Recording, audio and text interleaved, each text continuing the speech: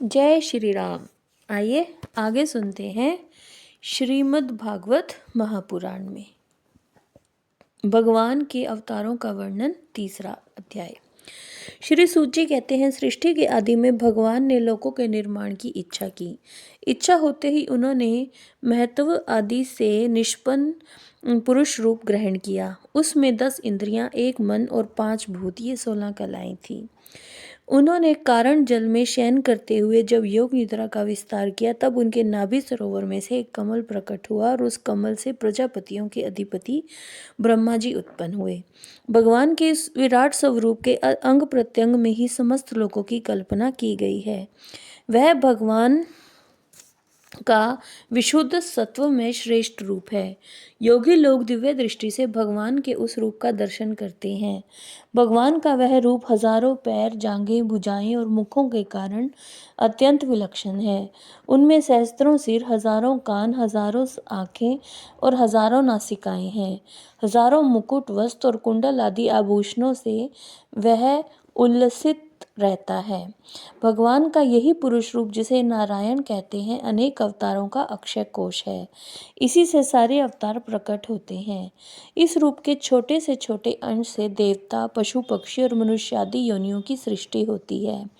उन्हीं प्रभु ने पहले कुमार सर्ग में सनक, सनंदन, सनातन और सनत कुमार, इन 4 ब्राह्मणों के रूप में अवतार ग्रहण करके अत्यंत कठिन अखंड ब्रह्मचर्य का पालन किया। दूसरी बार इस संसार के कल्याण के लिए समस्त यज्ञों के स्वामी उन भगवान ने ही रसातल में गई हुई पृथ्वी को निकाल लाने के विचार से सूकर रूप ग्रहण किया।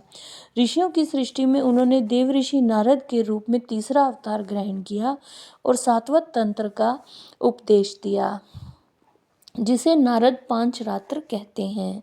उसमें कर्मों के द्वारा किस प्रकार कर्म बंधन से मुक्ति मिलती है, इसका वर्णन है।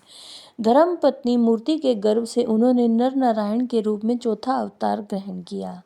इस अवतार में उन्होंने ऋषि बनकर मन और इंद्रियों का सर्वथा संयम करके बड़ी कठिन तपस्या की। 5वें अवतार में वे सिद्धों के स्वामी कपिल के रूप में प्रकट हुए और तत्वों का निर्णय करने वाले सांख्य शास्त्र का, जो समय के फेर से लुप्त हो गया था, आसुरी नामक ब्राह्मण को उपदेश किया। अनुसुईया के वर मांगने पर 6ठे अवतार में वे अत्रि की संतान दत्तात्रेय हुए। इस अवतार में उन्होंने अलर्क एवं प्रहलाद आदि को ब्रह्म ज्ञान का उपदेश दिया। 7वीं बार रुचि प्रजापति की आकुति नामक पत्नी से यज्ञ के रूप में उन्होंने अवतार ग्रहण किया और अपने पुत्र याम आदि देवताओं के साथ स्वयंभू मनवंतर की रक्षा की। राजा नाभि की पत्नी मेरु देवी के गर्भ से ऋषभ देव के रूप में भगवान ने 8वां अवतार ग्रहण किया। इस रूप में उन्होंने परमहंसों का वह मार्ग, जो सभी आश्रमियों के लिए वंदनीय है, दिखाया। ऋषियों की प्रार्थना से 9वीं बार वे राजा पृथु के रूप में अवतीर्ण हुए।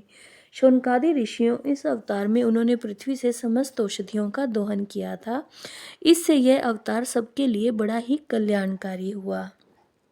चाक्षुष मनवंतर के अंत में जब सारी त्रिलोकी समुद्र में डूब रही थी, तब उन्होंने मत्स्य के रूप में 10वां अवतार ग्रहण किया और पृथ्वी रूपी नौका पर बैठाकर अगले मनवंतर के अधिपति वैवस्वत मनु की रक्षा की। जिस समय देवता और दैत्य समुद्र मंथन कर रहे थे, उस समय 11वां अवतार धारण करके कच्छप रूप से भगवान ने मंदराचल को अपनी पीठ पर धारण किया। जय श्री राम।